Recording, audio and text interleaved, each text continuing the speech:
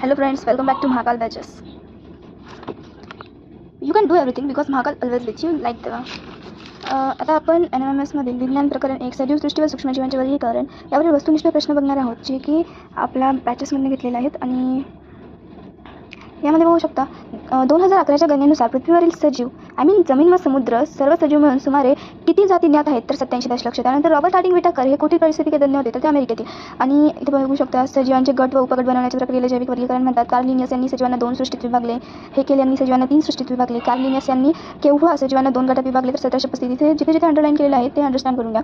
दही व ताकात काय असते, तर लॅक्टोबॅसिला. हा क्वेश्चन विचारला गेलेला होता 2022ला. प्रोटिस्टा सजीव एकपेशीय असून पटलबद्ध केंद्रक असते. मोनेरा सृष्टीतील सर्व सजीवांना नीलहरित शैवालांचा समावेश होतो.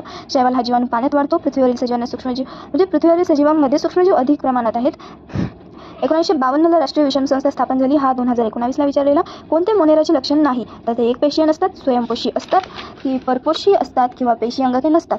तर पेशी अंगके नसतात हेही आपल्याला माहिती आहे, परपोषी असतात हेही आपल्याला माहिती आहे. आणि परंतु ते एकपेशीय नसतात असं सांगितलेलं आहे, तर ते एकपेशीय असतात. त्यामुळे आपलं उत्तर आहे ऑप्शन नंबर 1, एकपेशीय नसतात. पुढे बघा.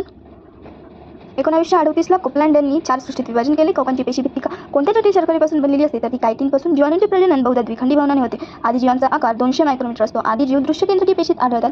बघा मित्रांनो, हे तुम्हाला लिहून घ्यायचं आहे कारण हे खूप इम्पॉर्टंट आहे. तसं हे आमच्या बॅचेसमध्ये जर दिलं गेलं तर यामध्ये 99 रुपीचा खर्च येतो, परंतु इथे फ्रीमध्ये आहे. कवकांचा आकार 10 मायक्रोमीटर ते 100 मायक्रोमीटर असतो. विषाणूंचा आकार 10 नॅनोमीटर ते 100 नॅनोमीटर असतो. आता चुकीची जोडी ओळखायची. वनस्पती स्वयंपोषी असतात, कवके स्वयंपोषी असतात, प्राणी परपोषी असतात, माणसे परपोषी असतात. तर सर्व आता वनस्पती जर अन्न स्वतः तयार करतात म्हणजे त्या स्वयंपोषी झाल्या. प्राणी परपोषी आहेत कारण ते वनस्पतींकडून भक्षण करतात.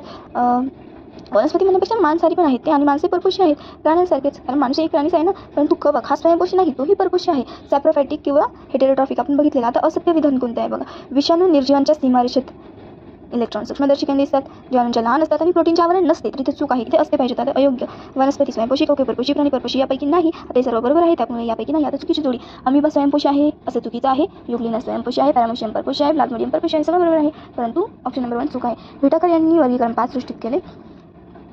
त्याला पंचसृष्टी म्हणतात. विषाणूमुळे वनस्पती व प्राण्यांना विविध रोग होतात. कवके कुजलेल्या कार्बनिक पदार्थांवर जगतात. म्हणजे अंडरलाईन केलेलं आहे, सेम तसंच तुम्हाला लिहायचं आहे. ते गाळलेल्या जागेच्या फॉर्ममध्ये आहे. तर अयोग्य विधान बघू शकता.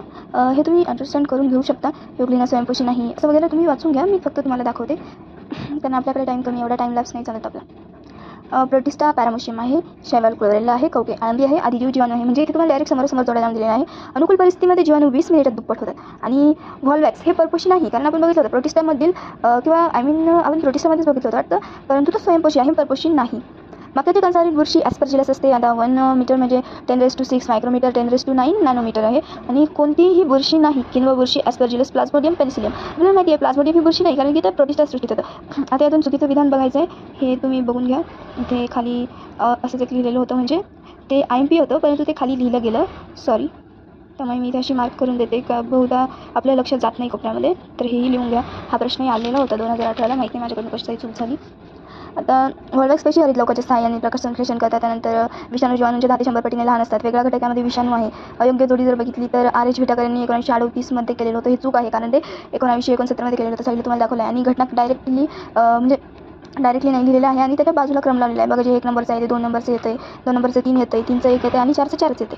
अमिबा हा प्रोटिस्टा आहे. आकारानुसार चढत्या क्रमाने लावलं तर जीवाणू, कवके, विषाणू, शैवाल हे विषाणू, जीवाणू, कवक, शैवाल असा प्रकार येतो. तर वेगळ्या घटकामध्ये हे तुम्ही बघून घ्या. त्यामध्ये प्लाझ्मोडियम येतं, कारण बाकी सगळे मोनेरा आहे. प्लाझ्मोडियम प्रोटिस्टा आहे. आणि जीवाणूचे वैशिष्ट्य नाही, तर प्रजनन द्विखंडने होते. हे चुकीचं आहे.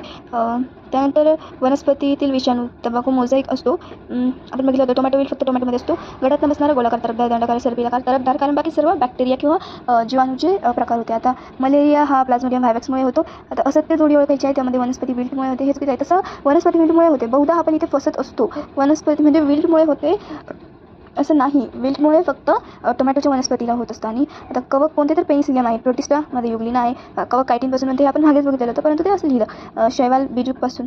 कवकांचेही यामुळेच होते. प्रोटोझोआ एक पेशी आहे. शैवालामध्ये प्रकाश संश्लेषणासाठी हरित लवक आहे. आधी केंद्रकी पेशीचा आकार 1 ते 10 मायक्रोमीटर आहे, आणि दृश्य केंद्रकीचा 10 ते 100 मायक्रोमीटर. प्रोटिस्टा हालचालीसाठी रोमके, कशाभिका, छद्मपाद हे तिन्ही तुम्हाला एकत्र देतात, आणि वरीलपैकी सर्वांचा चौथा ऑप्शन असतं. तर बहुधा आपल्याला येत नसतं, त्यामुळे आपण कुठलेही एक करून देतो. त्यामुळे हा प्रश्नही 2 वेळेस विचारलेला गेलेला आहे, 2017 आणि 2022.